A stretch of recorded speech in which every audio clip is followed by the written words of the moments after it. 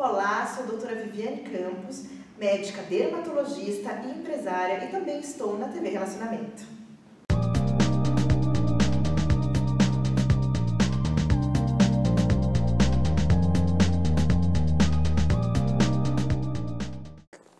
Olá, internautas, iniciamos mais um programa Você é Top. E hoje quem está nos filmando é uma cineasta incrível, Dona Dias, a quem agradeço muito. O nosso convidado muito especial veio do Rio de Janeiro, Luiz Duarte.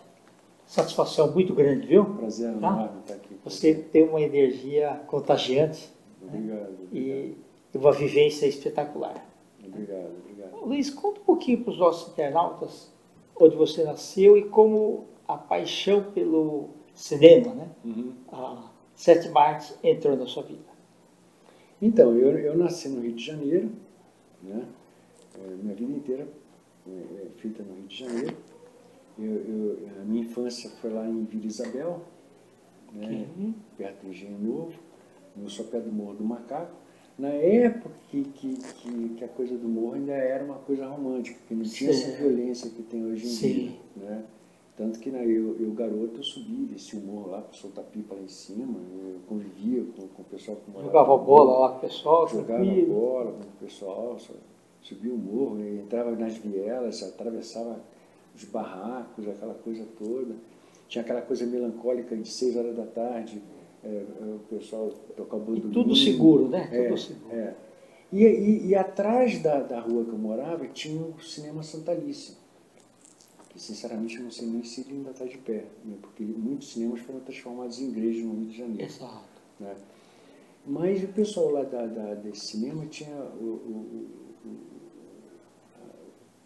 quem passava os filmes, né, os projetistas, eles tinham mania de pegar trechos do filme, que é o que arrebentavam, não sei o que, e jogavam pela janela.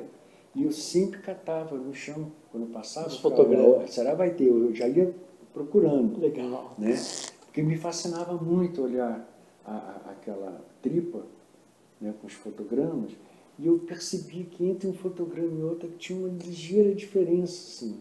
Né? Eu não entendia era o que era aquilo, né? Isso. Que era do movimento, mas eu não entendia como é que aquilo fazia acontecer. Você vê só um quadro daquilo, enfim, né? Que só fui aprender isso anos depois. Né? Mas aquilo ali já me pegou. Eu acho que na arte, seja ela qual for, né? Eu acho que esse período da infância e da adolescência é um período muito importante, porque se uma coisa te atravessa assim como paixão, que te causa um negócio, aquilo ali vai ficar contigo a vida inteira. É verdade. Né? Vira uma marca, assim, uma coisa, você pode até não trabalhar com aquilo, mas aquilo ali passa a ser uma paixão sua. Sim. Né? Então, eu tinha isso com a coisa do cinema. Então, eu colecionava. Tanto que, quando eu vi o filme O Cinema Paradiso, eu falei, não. Você se viu lá, né? Eu não posso mais fazer esse filme, eu não posso mais contar essa história desse jeito. Vou falar, copiou lá É verdade. Eu não posso mais. Mas eu vivi aquilo, eu guardava aquele, tinha uma caixa que eu guardava aquele negócio todo ali, né, aqueles trechos de filme, eram faroeste, eram filmes eram trechos do Charlie Chaplin, né? Tinha muito, passava muito Charlie Chaplin naquele cinema ali. Né? Usava até o Charlie Chaplin como uma espécie de antecedendo, porque o Charlie Chaplin fez muitos curtas. Assim, exato, né? Perfeito. Então ele passava o Charlie Chaplin antes de apresentar o filme que tinha que rolar, né? Que ia acontecer. Né? Então, assim, então esse foi o primeiro impacto. Né? A gente vai dar um salto aí muito grande nessa história, né? Eu saindo de 8, 9, 10 anos para 12, 13. Ok. E aí eu fui morar na Tijuca. Né? E minha mãe, ela passou a frequentar uma igreja lá chamada Igreja de São Francisco Xavier. Que essa igreja era dirigida, né, pelo Monsenhor Vital, que ele chamava. Né? E ele era um padre extremamente progressista num ambiente de ditadura militar. Ok. Né? E ele permitiu que que um pessoal de esquerda braba criasse lá dentro da igreja, num salão da igreja, um cineclube que eles deram lá no Cineclube Glauber Rocha. Interessante. Né? Então, e esse cineclube tinha por princípio, toda semana eles passavam um filme. Podia ser um filme do próprio Glauber Rocha, como poderia ser um filme do Godard, enfim. Né? Ok. E depois dos filmes eles sempre faziam uma discussão de 2, 3 horas. Interessante, perfeito. Né? Não, e que legal que permitia que você estivesse lá escutando também. Então, assim, não, mas eu fui de bicão, porque aí o pessoal era 20, 21, 30 anos. Né? Para você ter ideia, um dos grandes coordenadores do Cineclube Glauber Rocha daquela época, né? Só anos depois eu fui rever, e foi uma coisa muito, eu acho uma pessoa muito querida, que é o Marco Aurélio Marcondes, né?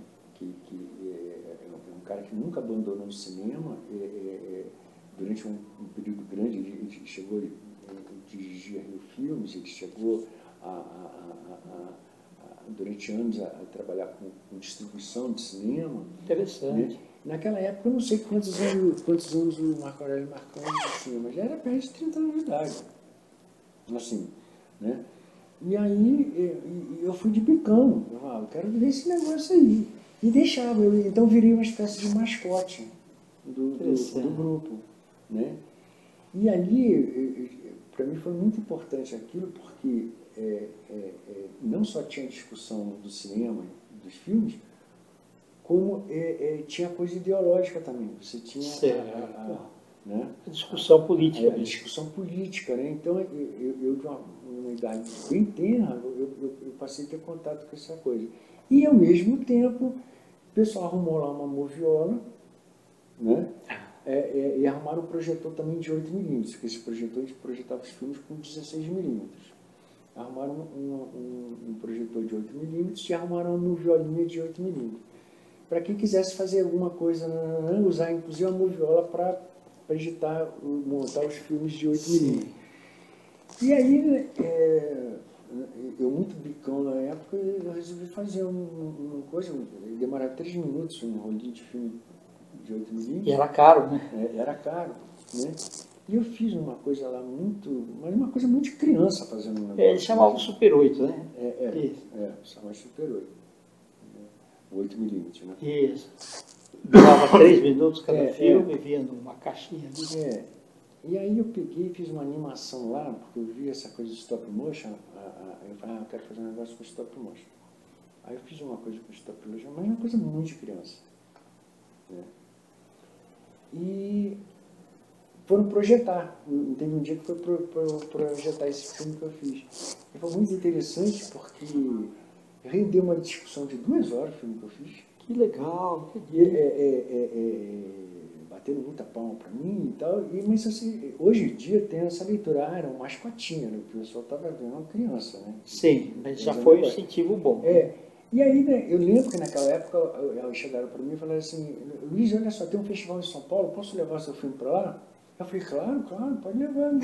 Nunca mais vi o filme, isso já é uma pena. E você ficou sem cópia também? Não, só não tinha, imagina, ter cópia de filme Super 8, uma coisa que ninguém fazia na vida, né?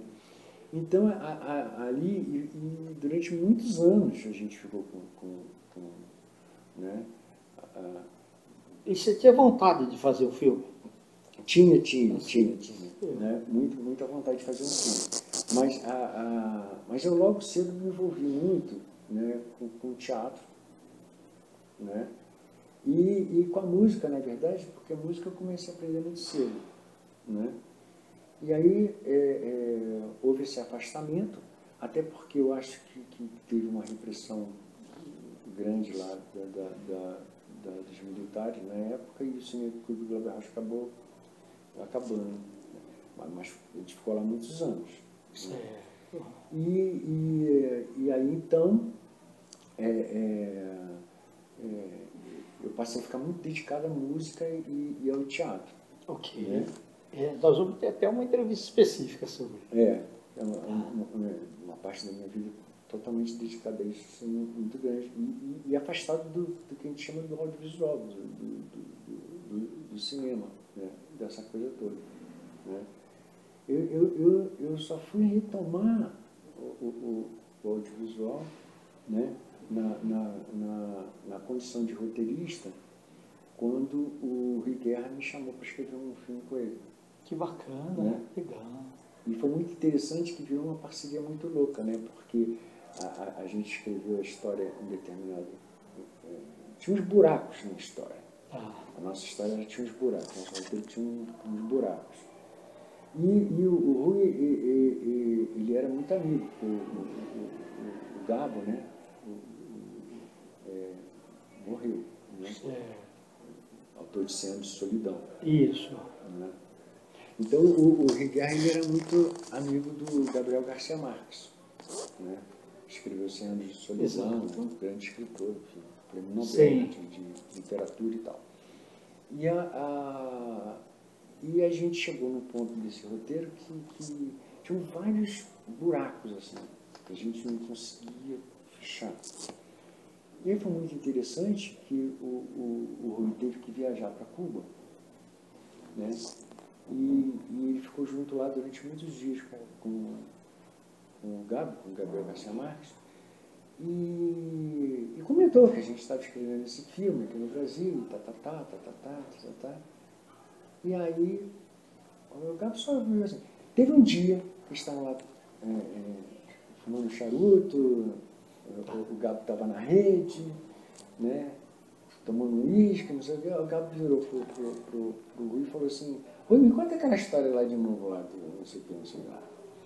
Aí ele contou e falou: aqui, nesse momento aqui, a gente não sabe o que vai fazer com a personagem. Agora, aí foi pulando as partes.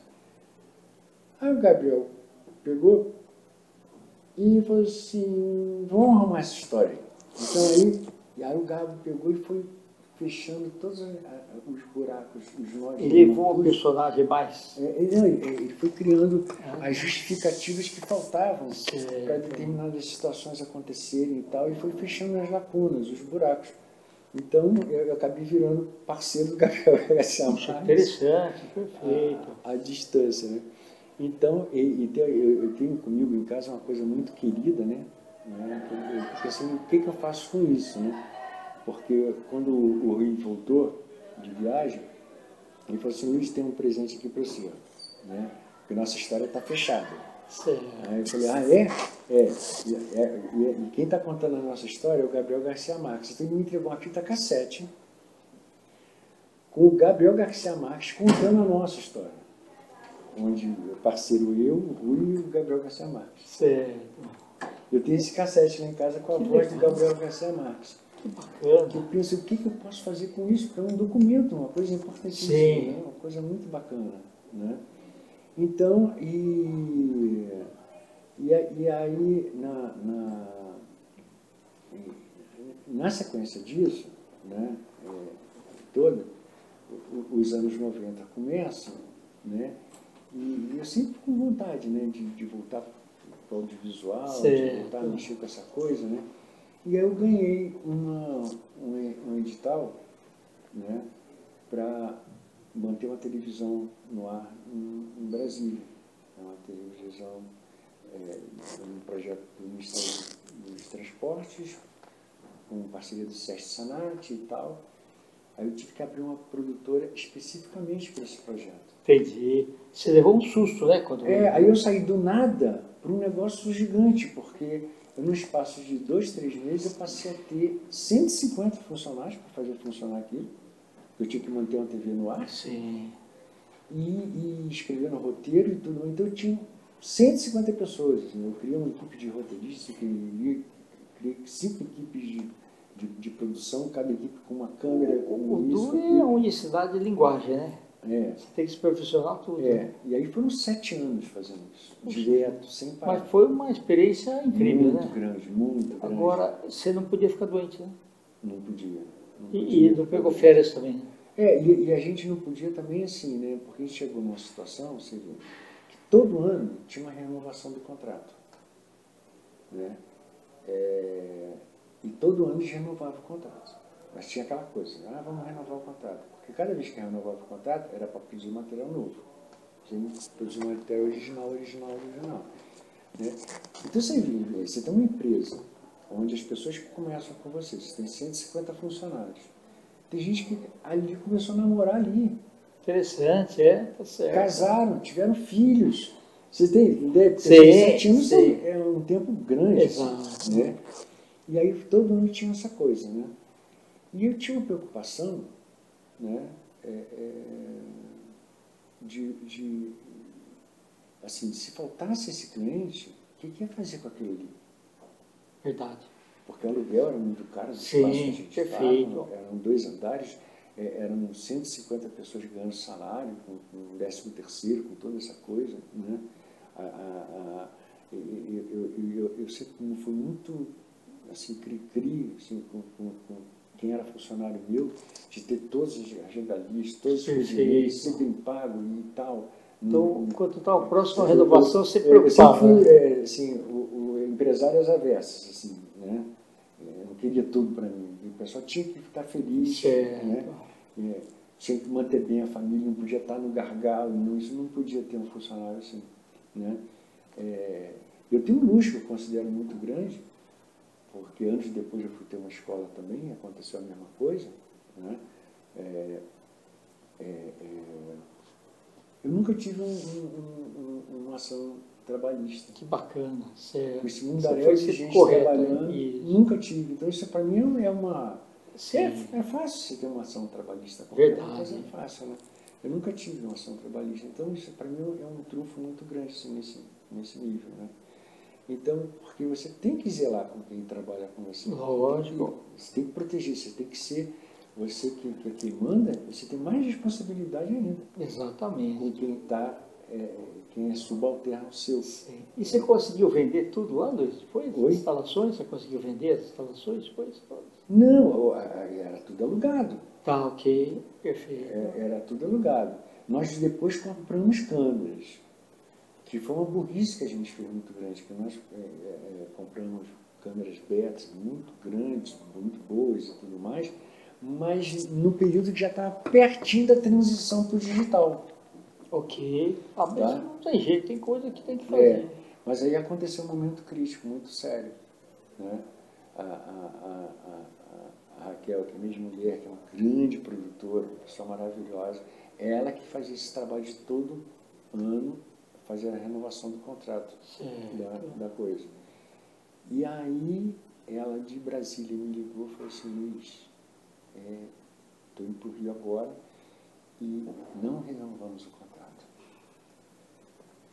Vamos reunir todo mundo no salão da empresa, 150 amontoados, para dar notícia que acabou. Certo, ok. Entendeu? Você fala assim, mas você não tentou conseguir outros clientes nesse período de 7 anos? Tentei. Primeiro que é muito difícil vender um projetinho do institucional. Verdade. Aí quando você consegue vender, por exemplo, vou dar um exemplo, cara, em determinado ano eu consegui vender um projeto para a Petrobras, para fazer um negócio para eles lá.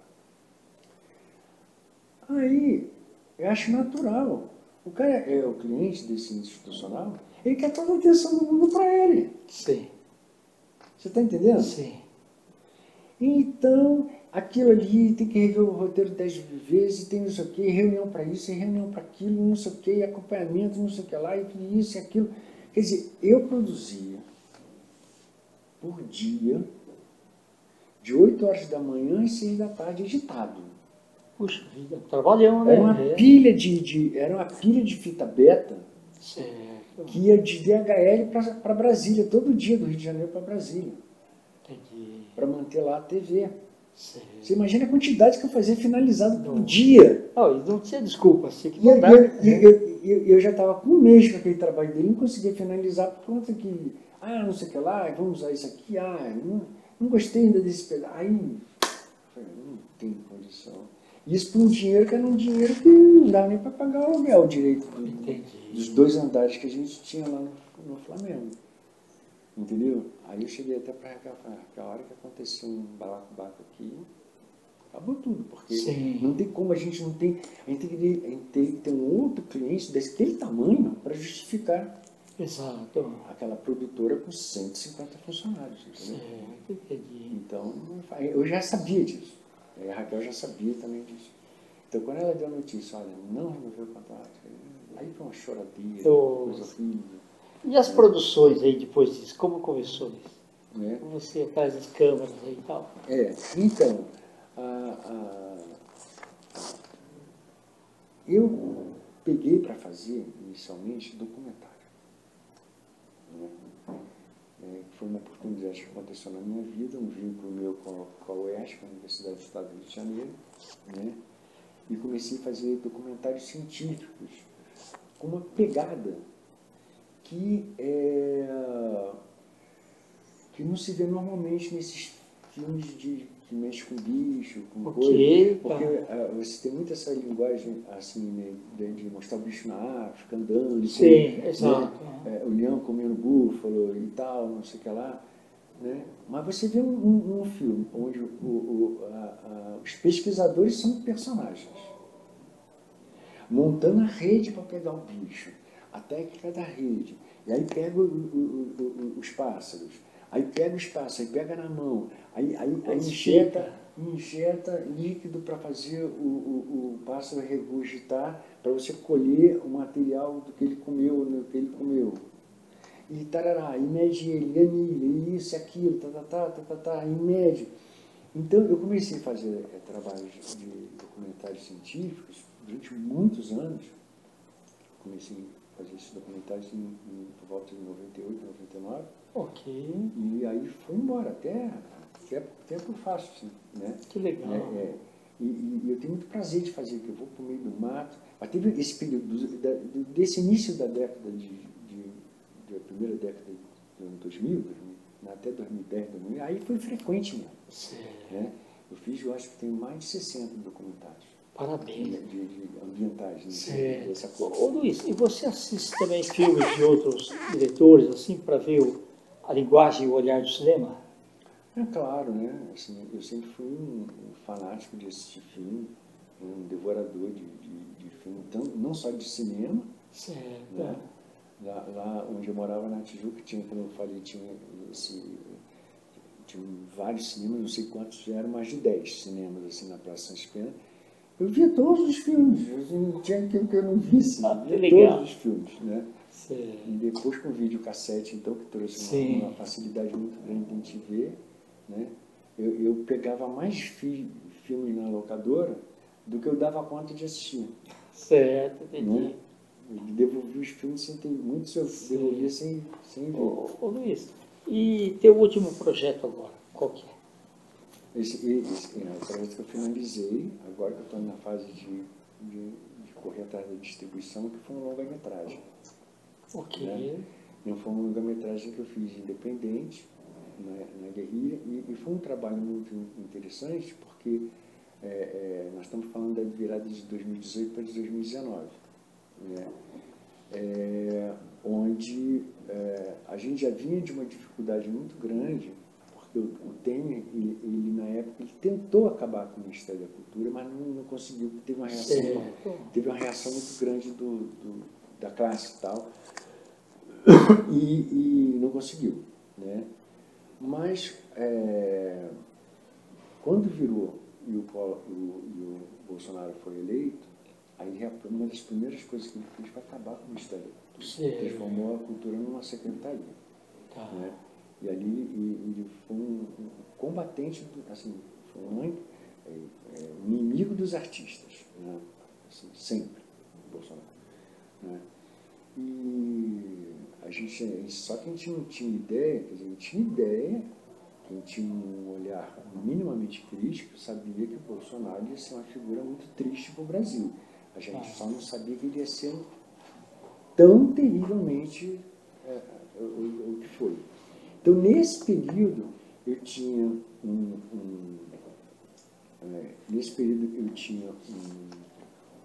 um patrocinador, que aí quando o Bolsonaro entrou, eu perdi, porque não tinha mais como a coisa da Lei Rouanet e tudo mais. Mas conseguiu finalizar o filme todo? Consegui. Ah, Consegui. que bom. E eu fiz um filme com 50 atores. Que legal. Né? Com 50 atores, que eu dei aula para eles, eu criei uma companhia E de atores. o nome do filme, qual foi? Chama Looping. Ah, tá, Chama Looping. Looping. Tá. A ideia do looping mesmo, né? Tá. O filme começa, tanto que a última cena é quase que uma repetição da primeira cena. Entendi. Legal. Ô Luiz, nós estamos aí nos instantes finais, tá? E nós vamos ter outra entrevista com você sobre teatro e sobre música, tá bom? Maravilha. Muito obrigado, gratidão, tá? Abraço. Obrigado, viu? Obrigado. Internautas, com os agradecimentos então a esse fantástico Luiz Duarte e também a nossa querida Luana Dias, que gentilmente fez essa gravação espetacular. Nós finalizamos mais um Você é Top. Grande abraço e até a próxima.